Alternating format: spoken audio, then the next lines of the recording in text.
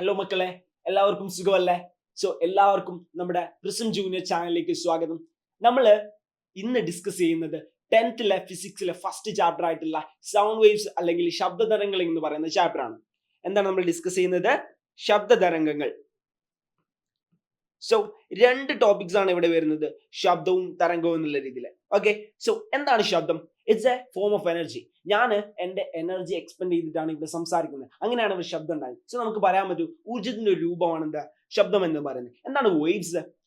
എന്താണ് വേവ്സ് എന്ന് മനസ്സിലാക്കാൻ വേണ്ടിയിട്ട് നമുക്ക് യൂസ് ചെയ്യാൻ പറ്റും. നമ്മളെ ഹ്യൂമൻസ്, സ്പീക്കർ, ഇതുപോലെ കുറെ ശബ്ദങ്ങൾ പ്രൊഡ്യൂസ് ചെയ്യുന്ന കുറെ ഉപകരണങ്ങളും അല്ലെങ്കിൽ സോഴ്സുകളുണ്ട്. ഈ സോഴ്സുകളിൽ നമുക്ക് എന്ത് ചെയ്യാൻ പറ്റും?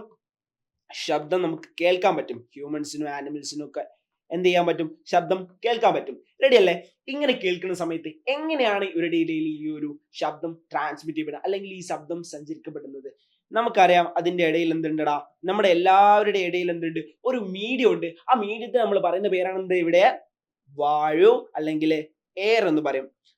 ഈ ഒരു മീഡിയത്തിലൂടെയാണ് ശബ്ദം സഞ്ചരിക്കപ്പെടുന്നത്. ഈ ഒരു സഞ്ചാരത്തെ അല്ലെങ്കിൽ ഈ ഒരു മോഷനെ റെപ്രസെന്റ് ചെയ്യുന്നതാണ് നമ്മൾ എന്ത് വേവ്സ് അല്ലെങ്കിൽ തരംഗങ്ങൾ എന്ന രീതിയിൽ. ഓക്കെ, നമ്മൾ തരംഗങ്ങളെ കുറിച്ച് പഠിക്കുന്ന മുന്നായിട്ട് നമുക്ക് പഠിക്കേണ്ടതാണ് അല്ലെങ്കിൽ നമ്മൾ അറിഞ്ഞിരിക്കേണ്ടതാണ് എന്താണ് ഓസിലേഷൻസ് എന്നുള്ളത്. മക്കളെല്ലാവരും എന്ത് ചെയ്തിട്ടുണ്ട്? ചെറുപ്രായത്തില് ഊഞ്ഞാൽ അല്ലെങ്കിൽ നമ്മൾ സ്വിങ് എന്ത് ചെയ്തിട്ടുണ്ടാവും? കളിച്ചിട്ടുണ്ടാവും. റെഡി അല്ലേ? നമുക്ക് നമ്മുടെ ഊഞ്ഞാൽ അല്ലെങ്കിൽ നമ്മുടെ സ്വിങ്ങിൽ നിന്നാണ് നമ്മളെ ചാപ്റ്റർ തുടങ്ങാൻ പറ്റാം. ഓക്കെ, ഓസിലേഷൻ ബെസ്റ്റ് എക്സാമ്പിൾ ആയിട്ട്. ഓസിലേഷൻ എന്ന് പറഞ്ഞാൽ എന്താണ്? ദോലനം. റെഡി? നമ്മൾ എങ്ങനെ എക്സ്പ്ലെയിൻ ചെയ്യാം? നമ്മുടെ ഫ്രണ്ട്സ് നമ്മൾ എന്ത് ചെയ്യും? നമ്മള് ഈ ഒരു സ്വിങ്ങിൽ ഇരിക്കുന്ന സമയത്ത് നമ്മളെ ഫ്രണ്ട്സ് നമ്മളെ മുന്നോട്ട് പുള്ള് ചെയ്യും. പുള്ള് ചെയ്തതിന് ശേഷം അവിടെ നിന്ന് നമ്മൾ എന്ത് ചെയ്യും? പുഷ് ചെയ്യും. നമ്മൾ ആദ്യം കിടന്ന ഒരു പൊസിഷൻ, മോഷൻ ഇല്ലാത്ത ഒരു ഇക്വിലിബ്രിയം പൊസിഷൻ ആയിരുന്നു. ഈ ഇക്വിലിബ്രിയം പൊസിഷൻ നിന്നാണ് നമ്മൾ പുഷ് ചെയ്യുന്നതും പുൾ ചെയ്യുന്നതും അല്ലേ? ഈ ഒരു പൊസിഷൻ നമുക്ക് എന്ത് ചെയ്യാം? ഒരു മോഷൻ നമുക്ക് ഉണ്ടാവും, ഒരു ടു ആൻഡ് ഫ്രോ മോഷൻ അല്ലെങ്കിൽ രണ്ട് വശത്തേക്കുള്ള ഒരു മോഷൻ. ഈ ഒരു മോഷനാണ് ബെസ്റ്റ് എക്സാമ്പിൾ എന്തിന്? നമ്മുടെ ഓസിലേഷൻ അല്ലെങ്കിൽ ദോലനത്തിന്. നമുക്ക് നോക്കാം എന്താ നമുക്ക് പറയാൻ പറ്റിയതിന്. Oscillation is a periodic motion in which object moves to and fro at regular interval of time about its equilibrium position. Okay, എന്താണ് നമുക്ക് പറയാവുന്നതാണ്? ഒരു വസ്തു അതിന്റെ തുലനാവസ്ഥ, അതായത് ഇക്വിലിബ്രിയം പൊസിഷൻ,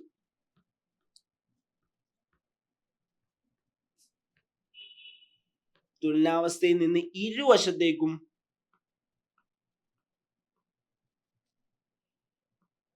കൃത്യമായ ഇടവേളയിൽ, regular interval of time,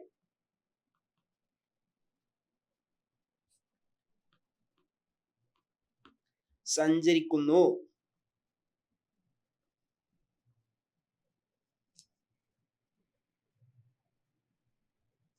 okay, ഇതിനാണ് നമ്മൾ എന്ത് പറയാ?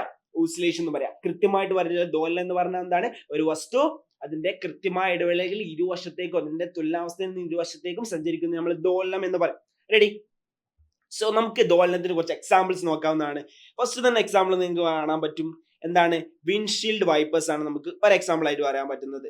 ഓക്കെ, നമുക്ക് എല്ലാവർക്കും ഇതൊരു ദോലന മോഷൻ എക്സാമ്പിൾ ആണ്. അതുപോലെയുള്ളതാണ് നമ്മുടെ ഫിസിക്സ് ലാബുകളിലൊക്കെ ഉണ്ടാവുന്ന ഒരു ഉപകരണമാണ് എന്ത്? ട്യൂണിംഗ് ഫോർക്ക് എന്ന് പറയുന്നത്. ട്യൂണിംഗ് ഫോർക്കുകൾ. ഓക്കെ, ട്യൂണിംഗ് ഫോർക്കുകൾ എന്താണ്? ഈ ഒരു ഓസിലേഷൻ പ്രൊഡ്യൂസ് ചെയ്യുന്നുണ്ട്. ഓക്കെ, പിന്നെ നമുക്ക് കാണാം, നമ്മൾ പഴയ സിനിമകളിലൊക്കെ കാണുന്നുണ്ട് വലിയ ഘടികാരങ്ങൾ. ഓക്കെ, ഈ വലിയ ഘടികാരങ്ങൾക്ക് എന്തുണ്ടാവും? വലിയൊരു പെൻഡുലം ഉണ്ടാവും. ഈ പെൻഡുലത്തിന്റെ മോഷനും എന്താണ്? ആക്ച്വലി ഓസിലേറ്ററി മോഷൻ ആണ്.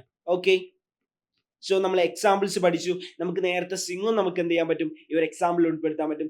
നമ്മൾ നോക്കുകയാണ് എന്താണ് വൈബ്രേഷൻ. ഓസിലേഷൻ കഴിഞ്ഞ് നമ്മൾ വൈബ്രേഷനിലേക്ക് പോവാണ്. ഒന്നുമില്ല മക്കളെ, ഫാസ്റ്റ് മൂവ്മെന്റ് ഓഫ് എന്താണ്? ഓസിലേഷൻ ആണ് നമ്മൾ എന്ത് പറയാ? ഓസിലേഷനെയാണ് നമ്മള് വൈബ്രേഷൻ എന്ന് പറയുന്നത്. വേഗത്തിൽ എന്ത് ചെയ്യാണ്? മൂവ് ചെയ്യുന്ന ഓസിലേഷൻസിനാണ് നമ്മൾ വൈബ്രേഷൻസ് എന്ന് പറയാം. Okay, ready? നമ്മൾ ഇവിടെ ഒന്നുകൂടെ ഈ സ്വിങ്ങിനെ കുറിച്ച് ഒന്ന് പഠിക്കാണ്. സ്വിങ് പഠിക്കുന്ന സമയത്ത് നമ്മുടെ സ്വിങ് ഓസിലേറ്ററി മോഷൻ ആണ് നമ്മൾ പഠിച്ചു. റെഡി അല്ലേ? ഈ ഓസിലേറ്ററി മോഷനെ കുറിച്ച് ചില പ്രത്യേകതകളുണ്ട്. ആ പ്രത്യേകതകളാണ് നമ്മൾ എന്ത് ചെയ്യുന്നത് ഇവിടെ നോക്കുന്നത്.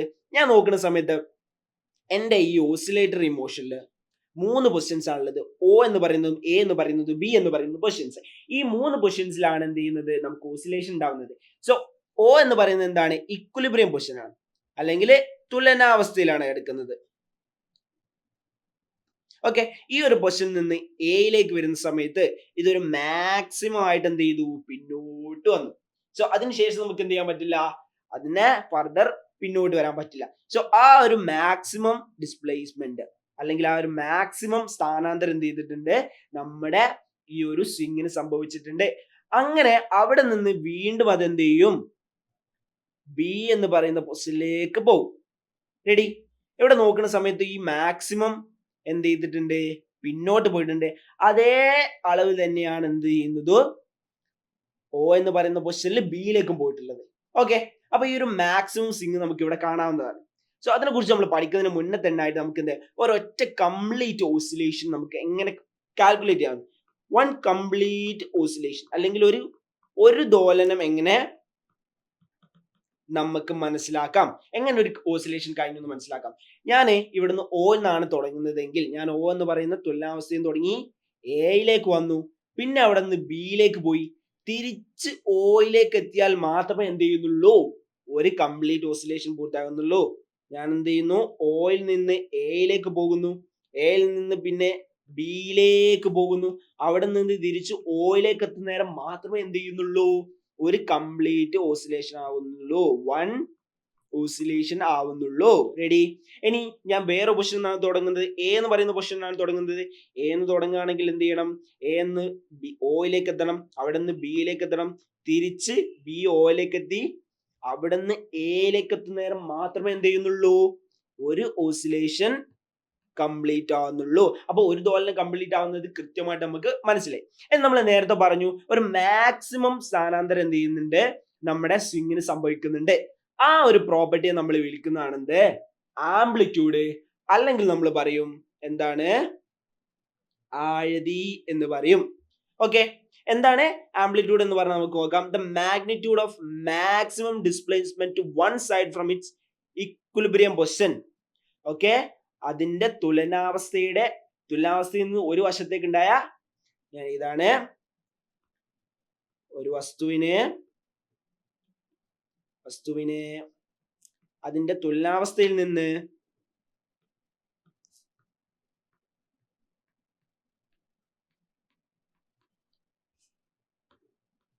ഒരു വശത്തേക്ക് ഉണ്ടായ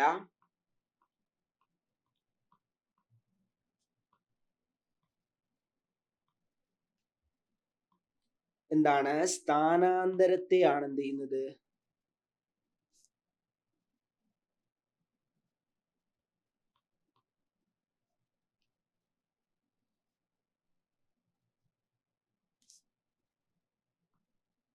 നമ്മൾ ആംപ്ലിറ്റ്യൂഡ് എന്ന് പറയുന്നത്. Okay, ready? സോ ഈ ആംപ്ലിറ്റ്യൂഡിന് നമുക്ക് എന്തുണ്ട്? സിമ്പിൾസ് ആയിട്ട് റെപ്രസെന്റ്. ആംപ്ലിറ്റ്യൂഡ് നമ്മൾ റെപ്രസെന്റ് സിമ്പിൾ ആണ് എന്ത്? എ എന്ന് പറയുന്നത്. ഓക്കെ, ഇനി നമുക്ക് നോക്കാവുന്നത് ആംപ്ലിറ്റ്യൂഡിനൊരു യൂണിറ്റ് ഉണ്ട്, SI യൂണിറ്റ്. എങ്ങനെ നമുക്ക് വെറുതെ ഒരു ആംപ്ലിറ്റ്യൂഡ് എന്ന് പറയാൻ പറ്റും? ഇല്ല, ഇത്ര ആംപ്ലിറ്റ്യൂഡ് എന്ന് പറയണം. സോ ആംപ്ലിറ്റ്യൂഡ് നമ്മൾ യൂസ് ചെയ്യുന്ന SI യൂണിറ്റ് ആണ് എന്ത്? മീറ്റർ എന്ന് പറയുന്നത്. അപ്പൊ ആംപ്ലിറ്റ്യൂഡ് എന്തായാലും മനസ്സിലായിട്ടുണ്ട്. ഓക്കെ, ആംപ്ലിറ്റ്യൂഡിന്റെ യൂണിറ്റ് മനസ്സിലായി. ഇനി നമ്മൾ നോക്കുന്നത് പീരീഡ്. എന്താണ് period? The time taken four one oscillation. Okay, ഒരു ഓസിലേഷൻ കംപ്ലീറ്റ് ആണ് നമ്മൾ നോക്കി. ഒരു ഓസിലേഷൻ എങ്ങനെ കംപ്ലീറ്റ് ആണ്? ഒരു ഓസിലേഷൻ കംപ്ലീറ്റ് ആവാൻ നിൽക്കുന്ന ടൈമിനെ നമ്മൾ എന്ത് പറയും? ടൈം പീരീഡ് അല്ലെങ്കിൽ പീരീഡ്. നിങ്ങൾക്ക് എന്ത് പറയാം? ടൈം പീരീഡ് അല്ലെങ്കിൽ പീരീഡ്. ഓക്കെ, സോ ഒരു ദോലനം പൂർത്തിയാക്കാൻ എടുക്കുന്ന സമയം.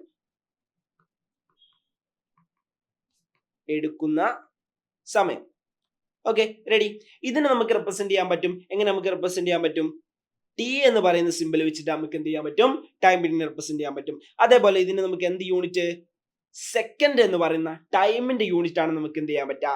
ടൈം പീരീഡിനെ യൂസ് ചെയ്യാൻ പറ്റുക. ഓക്കെ, നമുക്ക് മൂന്നാമത്തെ ഒരു പ്രോപ്പർട്ടി നോക്കാം. ഇത് വളരെ ഇമ്പോർട്ടന്റ് ആയിട്ടുള്ള പ്രോപ്പർട്ടിയാണ്. എന്താണ്? ഫ്രീക്വൻസി അല്ലെങ്കിൽ നമുക്ക് പറയാൻ പറ്റും എന്ത്? ആവൃത്തി എന്ന് പറയാൻ പറ്റും. ഓക്കെ, ആവൃത്തി എന്ന് പറയാൻ പറ്റും. എന്താണ്? the number of oscillation in 1 second is called frequency. Okay, ഒരു സെക്കൻഡിൽ ഉണ്ടാകുന്ന ഫ്രീക്വൻസി. നേരത്തെ ടൈം പീരീഡ് പറഞ്ഞ പോലെ നേരെ എന്ത് ചെയ്യുന്നുണ്ട്? ഒരു സെക്കൻഡിൽ ഉണ്ടാകുന്ന, അതായത് ഒരു സെക്കൻഡിൽ ഉണ്ടാവുന്ന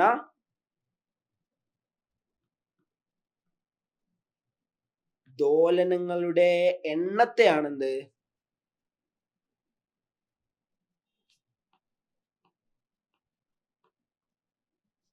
നമ്മൾ എന്ത് പറയുന്നത്? ആവൃത്തി എന്ന് പറയുന്നത്. ഓക്കെ, റെഡി അല്ലേ? നേരത്തെ ചെയ്ത പോലെ തന്നെ നമുക്ക് എന്ത് ചെയ്യാൻ പറ്റും? എഫ് എന്ന് പറയുന്ന ലെറ്റർ ഉപയോഗിച്ച് നമുക്ക് ഇതിനെ റെപ്രസെന്റ് ചെയ്യാൻ പറ്റും. ഇതിന് അതുപോലെ SI യൂണിറ്റ് ഉണ്ട്. എന്താണ് ഇതിന്റെ SI യൂണിറ്റ്? ഹേർട്സ് എന്ന് പറയുന്നതാണ് ഇതിന്റെ SI യൂണിറ്റ്. ഹേർട്സ് വന്നത് എന്താണ്? ഹേർട്സ് വന്നത് ഈ ഒരു വേവ്സിനെ കുറിച്ച് പഠിച്ചിട്ടുള്ള ഒരു ശാസ്ത്രജ്ഞന്റെ അല്ലെങ്കിൽ ഒരു സയന്റിസ്റ്റിന്റെ പേരാണെന്ത്? ഹെഡ്സ് എന്നത്. അപ്പൊ മക്കളെ, ഈ കാര്യങ്ങൾ സെറ്റ് അല്ലേ? ഇനി നമുക്ക് നോക്കാനുള്ളത് എന്താണ്? ഒരു സിമ്പിൾ പെൻഡുലം എന്നുള്ളതാണ്. എന്താണ് ഒരു സിമ്പിൾ പെൻഡുലം? ഞാൻ പറയാണ്, ഒരു സിമ്പിൾ പെൻഡുലം എന്ന ഇവിടത്തെ ചിത്രത്തിൽ നിങ്ങൾക്ക് കാണാൻ പറ്റും. ഒരു സ്റ്റാൻഡ് ഉണ്ട്.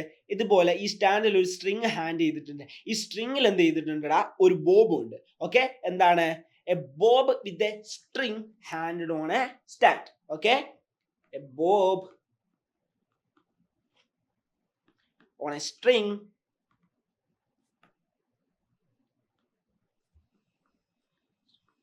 സിമ്പിൾ ആയിട്ട് ഒരു ബോബ് എന്ത് ചെയ്തിട്ടുണ്ട്? ഒരു സ്ട്രിങ്ങിൽ, ഒരു നൂലിൽ കെട്ടിയിട്ട് വെച്ചിട്ടുണ്ട്. ഇതിനാണ് നമ്മൾ എന്ത് പറയാ? ഒരു സിമ്പിൾ പെൻഡുലം എന്ന് പറയാം. ഓക്കെ, ഈ ഒരു സിമ്പിൾ പെൻഡുലത്തിന്റെ ബോൾ നമുക്ക് എന്ത് ചെയ്യാൻ പറ്റും?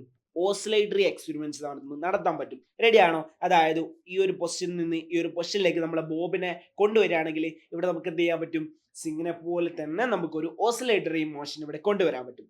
സോ ഈ ഒരു സിമ്പിൾ പെൻഡുലത്തിന് ഒരു ലെങ്ത് L, അല്ലെങ്കിൽ ഇതിന് സ്ട്രിങ്ങിന്റെ length to the centre of the bob, ബോബിന്റെ സെന്റർ വരെ ലെങ്ത് എല്ലാം നമ്മൾ കൺസിഡർ ചെയ്യുകയാണെങ്കിൽ നമുക്ക് കുറച്ച് എക്സ്പെരിമെന്റ്സ് കണ്ടക്ട് ചെയ്ത് നമുക്ക് കുറച്ച് റിസൾട്ട് കിട്ടും. ഈ റിസൾട്ട് എന്ന് പറയുന്നത് വളരെ ഇമ്പോർട്ടന്റ് ആയിട്ടുള്ള റിസൾട്ട് ആണ്. ഓക്കെ, എന്താണ്? വളരെ ഇമ്പോർട്ടന്റ് ആണ്. ഞാൻ സ്റ്റാർ മാർക്ക് ചെയ്യാണ്. സോ ഇതെന്തായാലും കൃത്യമായിട്ട് മക്കൾ എന്ത് ചെയ്യണം? നോക്കി വെക്കേണ്ടതുണ്ട്.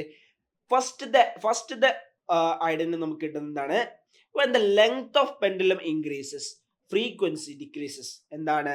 ഈ പെൻഡുലത്തിന്റെ സ്ട്രിങ്ങിന്റെ നീളം കൂടുന്ന സമയത്ത്, നീളം എന്ത് ചെയ്യുന്ന സമയത്ത്? കൂടുന്ന സമയത്ത് എന്ത് സംഭവിക്കുന്നു? നമ്മൾ നേരത്തെ പഠിച്ച ഫ്രീക്വൻസി അല്ലെങ്കിൽ ആവൃത്തി കുറയുന്നു. ഓക്കെ, ഫസ്റ്റ് ആളെ കിട്ടി, കൃത്യമായിട്ട് കിട്ടി. രണ്ടാമത്തെ ആൾ എന്താ? As time period increases, frequency decreases. എന്താണ്? പീരീഡ് കൂടുന്ന സമയത്ത് എന്ത് ചെയ്യുന്നു? അവിടെയും ആവൃത്തി കുറയുന്നു. ഓക്കെ ആണല്ലോ? ഈ രണ്ട് ഐഡന്റിറ്റി വളരെ ഇമ്പോർട്ടന്റ് ആയിട്ട് നിങ്ങൾ പഠിച്ചു വെക്കേണ്ടതാണ്. ഓക്കെ, ഈ കാര്യങ്ങൾ സെറ്റ് ആണെങ്കിൽ നമുക്ക് ഇനി ഈ ഒരു ടോപ്പിക്കിനെ നമ്മൾ ഓസിലേഷൻ വെച്ചിട്ട് കുറച്ച് ക്വസ്റ്റ്യൻസിനാണ് നമുക്ക് അറ്റൻഡ് ചെയ്യാനുള്ളത്. സോ അടുത്ത വീഡിയോയിൽ നമുക്ക് എന്ത് ചെയ്യാൻ പറ്റും? കുറച്ച് ക്വസ്റ്റ്യൻസ് അറ്റൻഡ് ചെയ്ത് നമുക്ക് വരാവുന്നതാണ്. സോ അതുവരേക്കും ബൈ സ്റ്റുഡൻസ്.